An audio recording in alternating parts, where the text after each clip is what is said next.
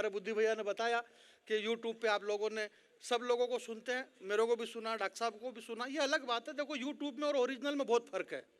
YouTube का मतलब ये होता है कि वो यूट्यूब है। एक बात बता रही हूँ, आपको समझ में नहीं आई।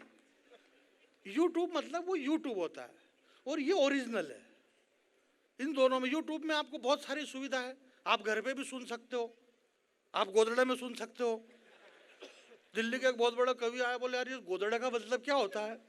मैंने कहा गोदड़े का मतलब बहुत बड़ा मतलब होता है। आपको गोदड़े की जरूरत है? बोले हाँ। मैंने कहा मैं ऐसे नहीं दे सकता हूँ आपको, ये बहुत महत्वपूर्ण चीज है, क्योंकि सृष्टि की उत्पत्ति ही गोदड़े से हुई है। हमारे मेवाड़ और मारवाड़ और मालवे में तो गोदड़ा इतना महत्वपूर्ण है कि पूछो ही मत। पूरे देश और प्रदेश और जिले की विधायक और सांसद की सारी राजनीति गोदड़ों में से ही चल रही है हमारे वहां। तो पता ही नहीं चल रहा मध्य प्रदेश और राजस्थान क्या मालूम ही नहीं पड़ रहा। बहुत सारे लोग कह रहे हैं राजस्थान में कांग्रेस की सरकार, हमारे यहाँ मध्य प्रदेश में बीजेपी की सरकार। ऐसा कुछ भी नहीं, सब एक हो गए। अब वो इधर से इधर कूद के आ रहे, इधर वाले उधर जा रहे, कोई फर्क थोड़ी पड़ रहा। हमारा मध्य प्रदेश में 22 कांग्रेस से कूद के बीजेपी में आ गए, सरकार इनकी चल रही। कोई कहीं भी कूद सकता है, कोई फर्क नहीं पड़ रहा। सब्जेक्ट चाहिए सबको, बहुत बढ़िया। अभी हमारे मध्य प्रदेश में नेताओं से ज्यादा चीते कूद रहे। मीडिया के लोग यहाँ पर बैठे हुए, मोदी जी ने अपने जन्मदिन पे 8 चीते लाए, लोगों ने खाना पीना तक बंद कर दिया। दिन रात एक ही बात बोले, 8 चीते आए, चीते 8 आए, चीते 8 आए।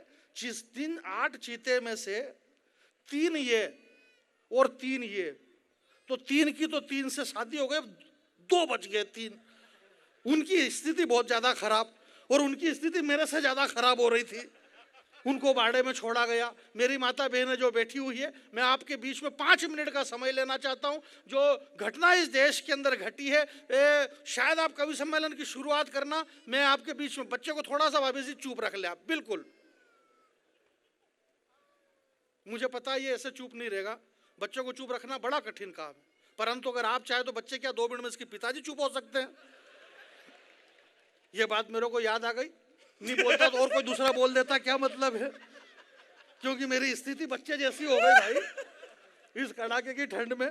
कोई बात नहीं। ऐश्वर्या राय, युक्ता मुखी, लारा दत्ता और प्रियंका चोपड़ा, क्या गजब का बनाया मालिक ने तुम्हारा थोबड़ा। तुम सब के सब विश्व सुंदरी का खिताब जीती, पर सही सही बताना तुम्हारे साथ क्या क्या बीती।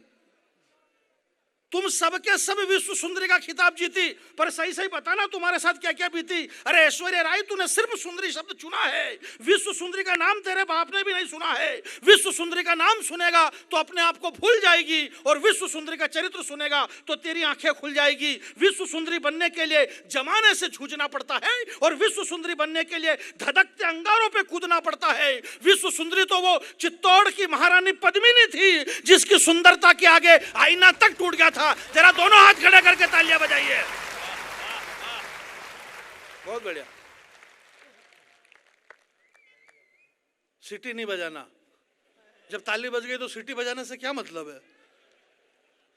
विश्व सुंदरी तो वो चित्तौड़ की महारानी पद्मिनी थी, जिसकी सुंदरता के आगे आईना तक टूट गया था, और पानी में चेहरा देखा था अलाउद्दीन खिलजी ने, उसका भी पसीना छूट गया था। तुम काई की विश्व सुंदरी हो, तुम तो विदेशी कंपनियों के इशारे पे नाचने वाली बंदरी हो। और दौर चला जब संस्कार और संस्कृति को पैरों तले रोनने का, तो मैंने पत्नी से कहा कि एक काम करो, तुम भी इस प्रतियोगिता में ट्राई करो। पत्नी ने कहा कि मुझे तो इस बात का होता है कष्ट, विश्व सुंदरी यानी जिसके शरीर पे सबसे कम कपड़े वो फर्स्ट। इसलिए इस देश को विश्व सुंदरी प्रतियोगिता के लिए करोड़ों रुपया नहीं खोना चाहिए, और देश में विश्व सुंदरी की जगह झांसी की रानी बनाने की प्रतियोगिता होना चाहिए। वाह, बहुत बहुत धन्यवाद। समय बहुत कम है, और समय तो हालांकि बहुत ज्यादा है, परंतु मैंने आपसे पहले ही बताया कि हमें डॉक्टर साहब तक पहुंचना है, डॉक्टर साहब को सुनना है। कुमार विश्वास जी, जिसको सुनने के लिए पूरा देश एक जगह इकट्ठा खड़ा हो जाता है, आज हमारे बीच में। धन्य धन्य धरा जहां की शक्ति, भक्ति और स्वाभिमान कभी बिका नहीं। और धन्य है, अभी जेएनयू के अंदर एक और नई बात आई, बोले ब्राह्मणों घर जाओ। हमारे सारे विप्र देवता यहाँ पे विराजमान है, कवि भी हैं और विप्र देवता भी हैं, सारे ब्राह्मण देवता। जेएनयू में कहा, बोले ब्राह्मण देवता, ब्राह्मण आप देश छोड़ो। मैं आपके बीच में एक बात कहना चाहता हूँ, जिन बेवकूफ़ों ने ये बात कही, दीवार पे लिखा जेएनयू में कि ब्राह्मणों देश छोड़ो, उनको यही पता नहीं बेवकूफ़ों कि यहाँ पे हल्दी घाटी में आकर के देखो, श्री मालियों की जो बनी हुई है प्रतिमा, तुम्हें यही पता नहीं कि कौन कैसे देश छोड़ेगा। इस हिंदुस्तान, ये जो लोकतंत्र जहाँ 4 स्तंभ पे खड़ा हुआ है, जहाँ शुद्ध क्षत्रिय वैश्य ब्राह्मण के ऊपर टिका हुआ यह हिंदुस्तान है, सबका अपना महत्व है, सबका अपना योगदान है। इस देश में कोई भी देश नहीं छोड़ेगा। देश छोड़ना है तो तुमको छोड़ना पड़ेगा। इस देश के अंदर जिस तरह से जो अराजकता यहाँ पर फैलाई जा रही है, मैं आपके बीच में एक बात कहना चाहता हूँ और अपना स्थान ग्रहण करूंगा। स्थान इसलिए ग्रहण करूंगा क्योंकि मेरा स्थान है कि धन्य धन्य धरा, जहां की शक्ति, भक्ति और स्वाभिमान कभी बिका नहीं। और धन्य था वो शूरवीर राणा जिसकी ताकत के आगे अकबर तक टिका नहीं। क्या फौलादी सीना था उस राणा का, टकरा कर तीर सीने में टूट जाते थे। और हिन आता था जब चेतक, तो मुगलों के छक्के छूट जाते थे। और ऐसा भगवा उड़ाया राणा ने हल्दी घाटी में कि सूर्यदेव भी छिप गए गगन पर, और आदमी तो आदमी, एक घोड़े ने जान दे दी वतन पर। जरा हाथ खड़े करके ताली बजाइए आप। बहुत बहुत धन्यवाद।